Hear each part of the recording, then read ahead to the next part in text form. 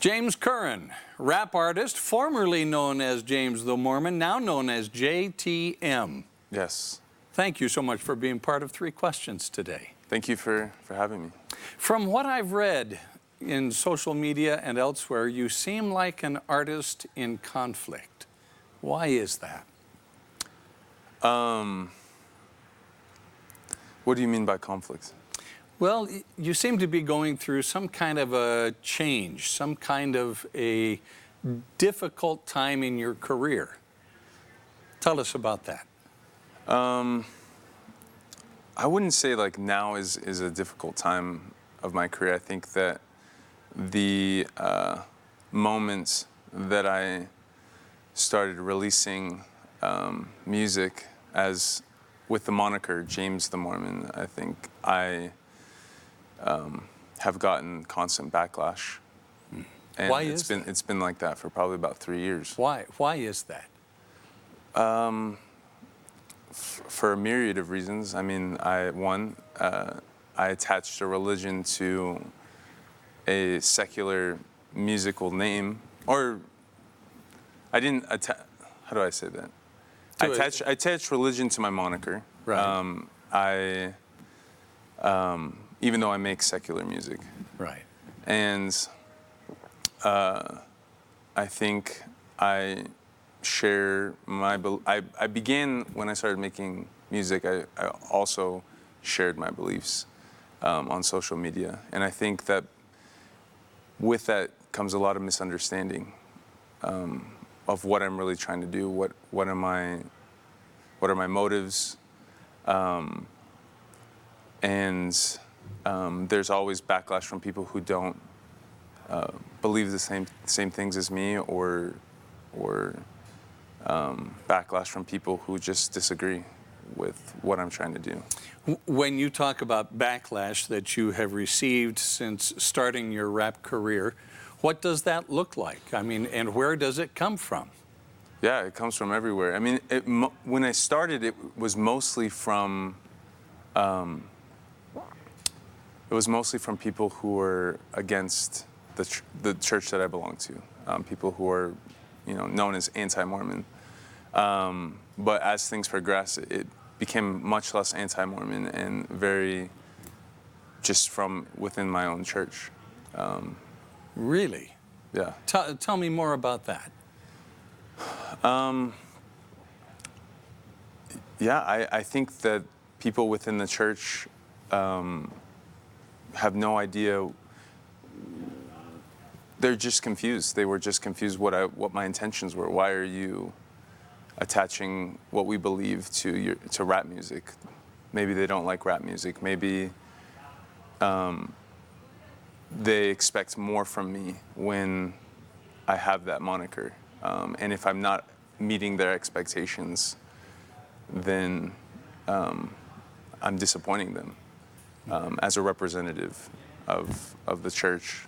And there's just a lot of people who think that I used the moniker to make money off of people who believe the same things as me, or at this point in the last 3 years, it's kind of just become kind of like a joke. Like that guy is a joke within our community. Well, I've seen your music. I've listened to your music. It is anything but a joke. It's very highly produced, high quality production, and it's great rap music.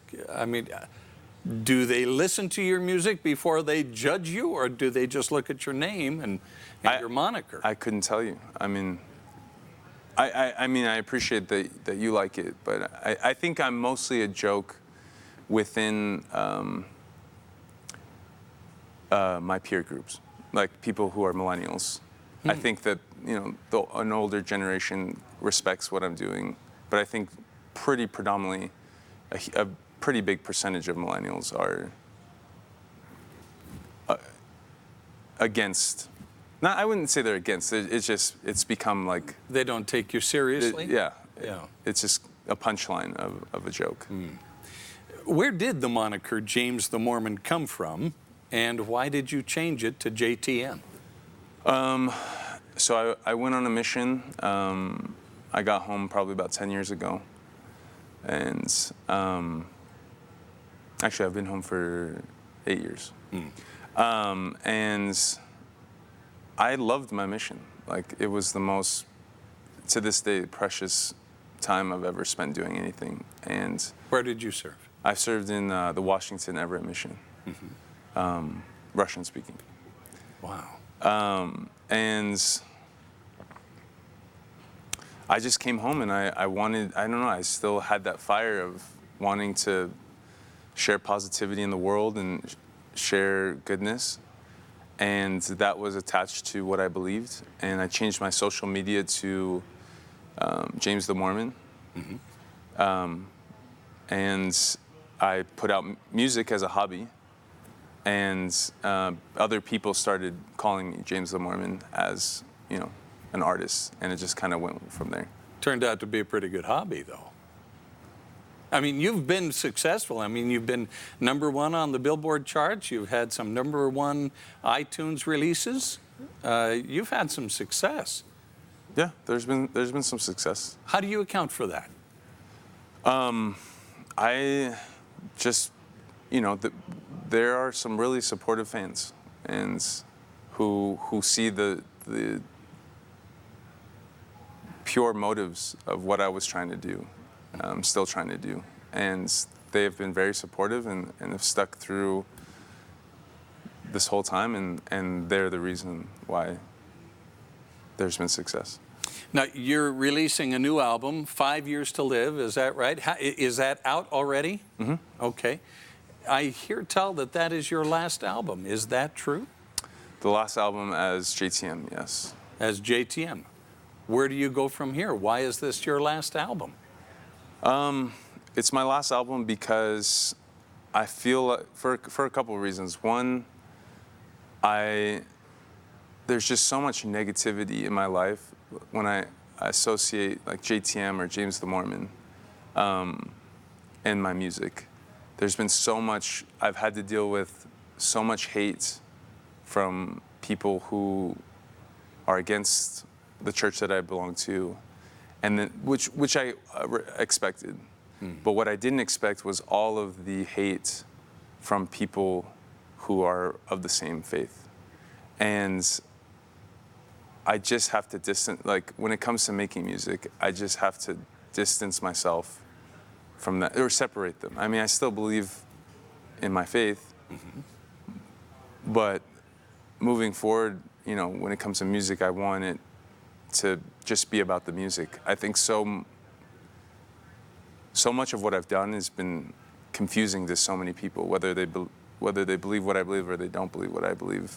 And, you know, even to this day, people think that I make religious music, and I don't. You know, I don't make religious music. I'm just a person who believes what I believe, and I make secular music, and it's really confusing. And I understand why. But the combination of that, the incredible amount of hate that I just can't take anymore, from people that believe the same things, that go to the same church. How does that manifest itself? I mean, do they make comments to you? Do they talk to you? Describe to me what this hate looks like. It's a lot of it. I mean, what I'm seeing is online. Members of the church just messaging me or commenting on things like, you know, daily. But a lot of it is also just feedback that I get from people who, you know, hear things and tell me what they're hearing. I mean, it's pretty evident that, you know, they're relaying exactly what they're hearing to me.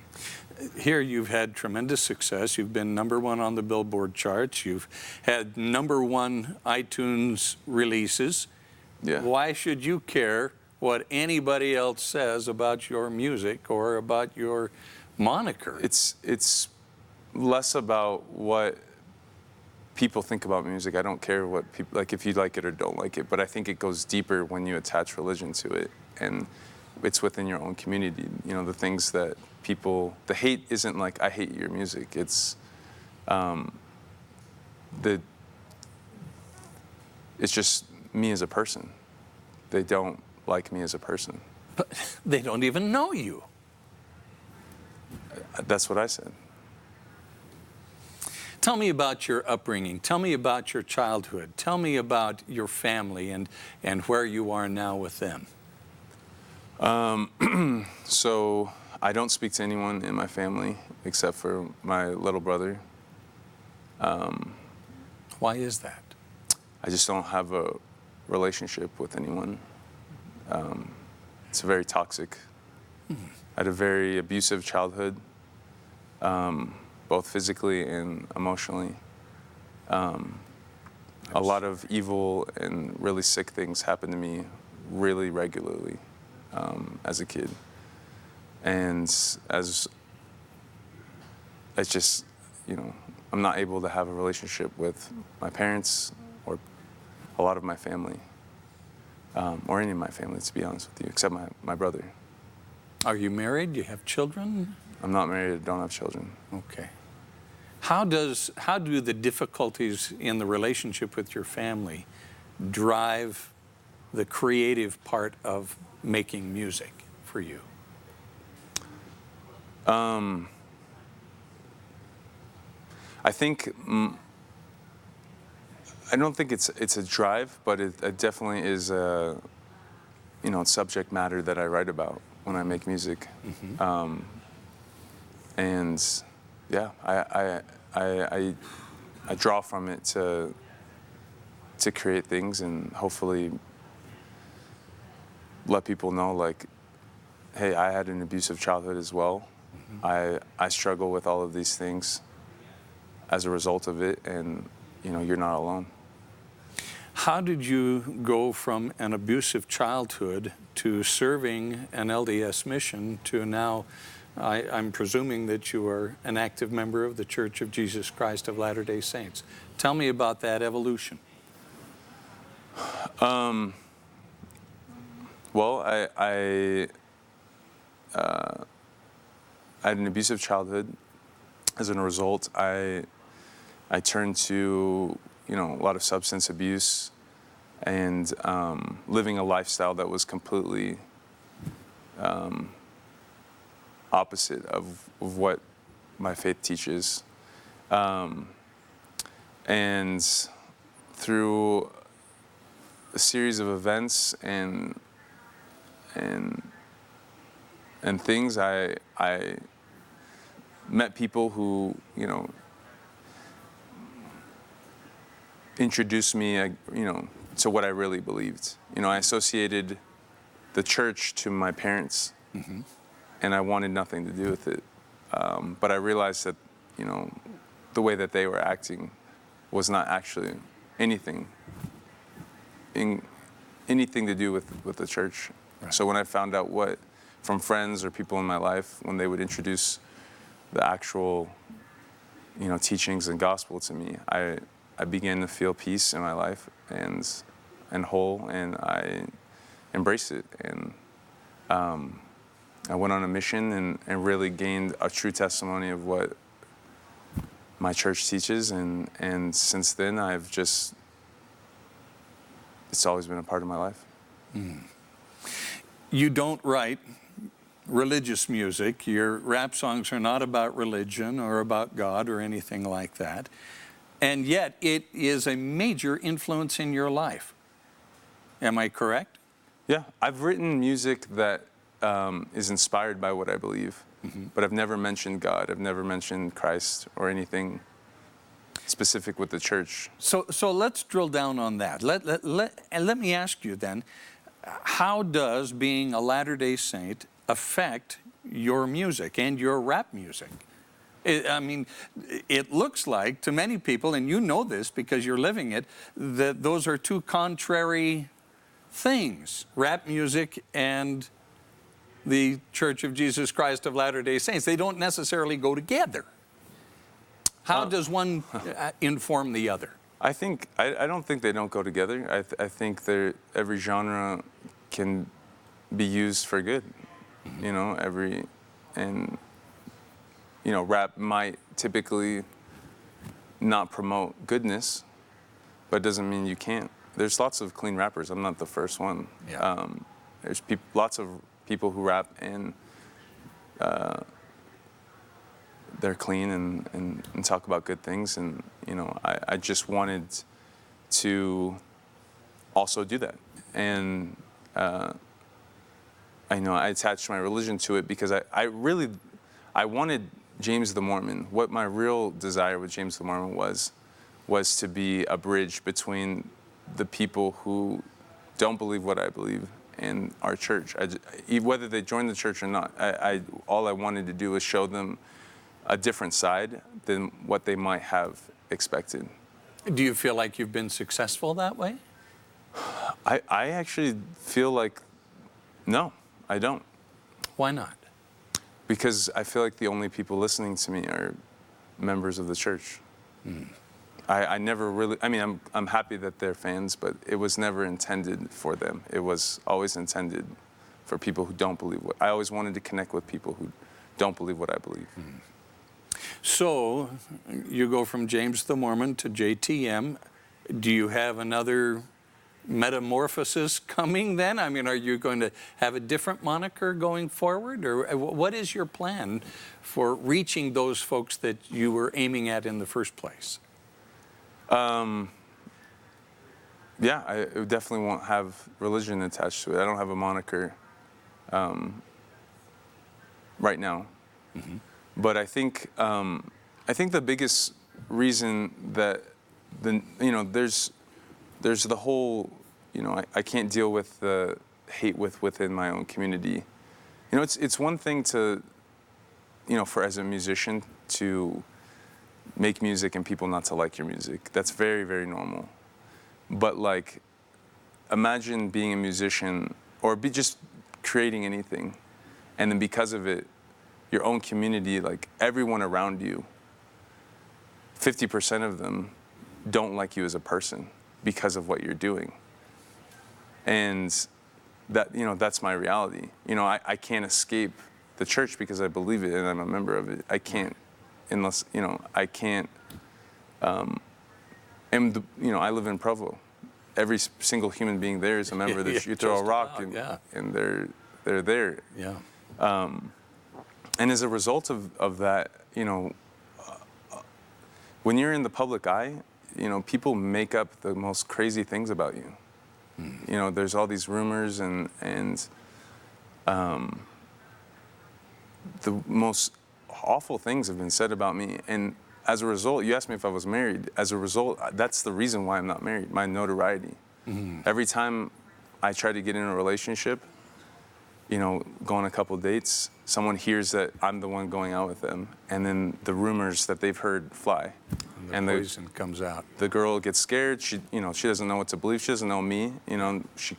She knows her friends, and this is what they heard, and she runs. So I'm not able to, find love, because of the toxicity within my own culture.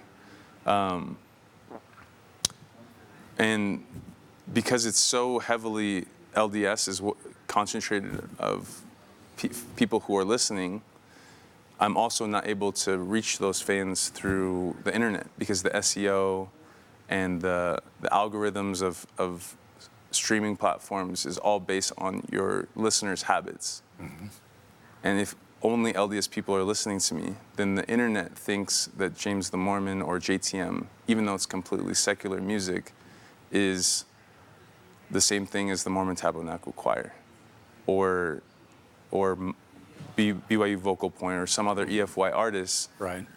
And I'm categorized as them in music. That makes it very difficult for you, doesn't it? Impossible to reach anyone that, would like rap music and maybe, they can't find me. It's also very deterring if you're, to listen to music. For example, on 5 Years to Live, I go through my whole life of child abuse. I go through my struggles with depression. I talk about all these really deep, hard things. And then once you're done listening to the album, Spotify suggests some EFY song.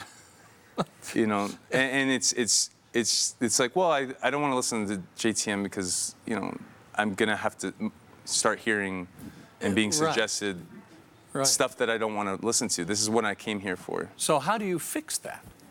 You fix it by separating yourself. That's where we're at. You know, it's just gotten to the point. It's just been so overwhelmingly negative. Not James the Mormon, not JTM. What are you going to go by now? James Curran? I have no idea. I have no idea what I'm going to be called. I haven't decided. Maybe we could have a contest.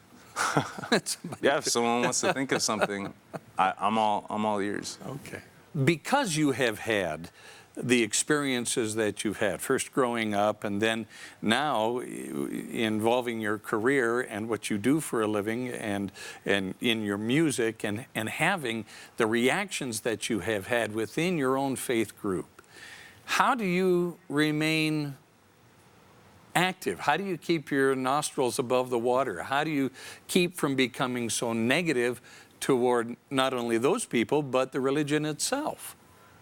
Well, I did. I think there was a period of time, there was about a little over a year, where I found it really hard to go to church. Like, I would show up for like the first 15 minutes and take, you know, what we call the sacrament, and I wouldn't talk to anyone, then I would leave. And I did that for about a year. And there was like a whole 3 months where I couldn't leave my house because I felt like everyone around me in Provo just hated me or disliked me as a human being. When you read negative comments about yourself or hear negative things about yourself every single day for 2 years, you start to believe them. And I know, you know, logically, not every single person dislikes me, but there was so much of it that I had no idea who liked me, what anyone felt about me. My brain started to assume, listen, just assume everyone dislikes you. And that's what was my life. That's what my life is right now, living in Utah. That's a very difficult place to be. Do you have any close friends? Like 3. 3. Yeah, I mean, there's a few people I talk to and trust. Because you have struggled with depression and you are going through a very difficult time or have been going through a difficult time in your career, when you feel like you're down in a valley, how do you get yourself back up again? How do you get up, get your clothes on, get out the door and do what you got to do? I think most of the time, like, if I have some sort of obligation, you know, I take care of it even if I'm depressed. But if I don't have any obligation, I just kind of sit in it, you know, for a long period of time. And then after a while, you know, something will happen, you know, it's probably, you know, God doing his thing, but, like, you know, I'll get motivated and, you know, kind of jump out of it. But inevitably, and I wish I could control it. And, you know, I've gone to therapy, but whenever there's a wave of negativity, you know, these people were making fun of you. This, you know, 20 different people commenting horrible things on the internet. If I see it, I can't help but just go right back to where I was. It just happens. Yeah. I don't know how to undo that. Well, turn your phone off. Yeah, you know, try sharing content without using a phone. Yeah, I know. You can't do it in today's world. Yeah, so I don't know. I don't know what the answer is. If you could speak directly to those people who judge you harshly for what you have done and what you are doing, what would you say to them? I would tell them that my intention in what I'm doing is purely to uplift and to be vulnerable with the mistakes I've made and the negativity that I've gone through, to show that there's a way out of it, you know, that you can get through it. It's obviously hard, but there is a way, you know, I get back up. Even though I'm sitting, you know, in my apartment for 3 months, I still somehow get back up. Even Put though on motivation, don't you? no, That was a great tune, man. thank you. I don't really listen to my own music, but You maybe should. It'd I get really you should. up, man. Honestly, I probably should. Energy, come on. Those are great tunes, man. Thank you. Yeah, I would just tell them my intentions have always been pure. Like, I've only wanted to help people, and that's it. And I feel like if you know, it's so hard because if these people really knew me, I feel like they would never say those things, and they wouldn't try to sabotage my relationships, and you know, they would be very supportive, you know, of what I'm trying to do. But because it's so unclear what this is, it's just turned into this huge negative ball, and it's time for me to step away from it. When you say you're going to step away from it, does that mean you're going to stop making music altogether, or are you just going to go in a different direction with a different moniker? I'm leaving Utah, for sure. I'm going to put myself in a situation. The moment I leave this state, I feel on top of the world. You know, my anxiety and depression is next to nothing. I feel so much better. So I'm leaving Utah. I'm going to surround myself with people who've never heard of JTM or James the Mormon, and I probably will continue to make music. I just don't think I'm going to be performing or sharing it with people that believe the same things as me to avoid what's happened. Look into your crystal ball 10 years from now. Yeah. What do you see yourself doing?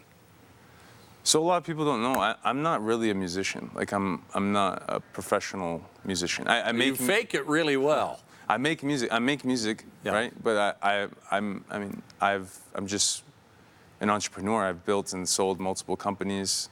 I currently have 2 software companies right now that I'm working on, and I hope that I will be known for that.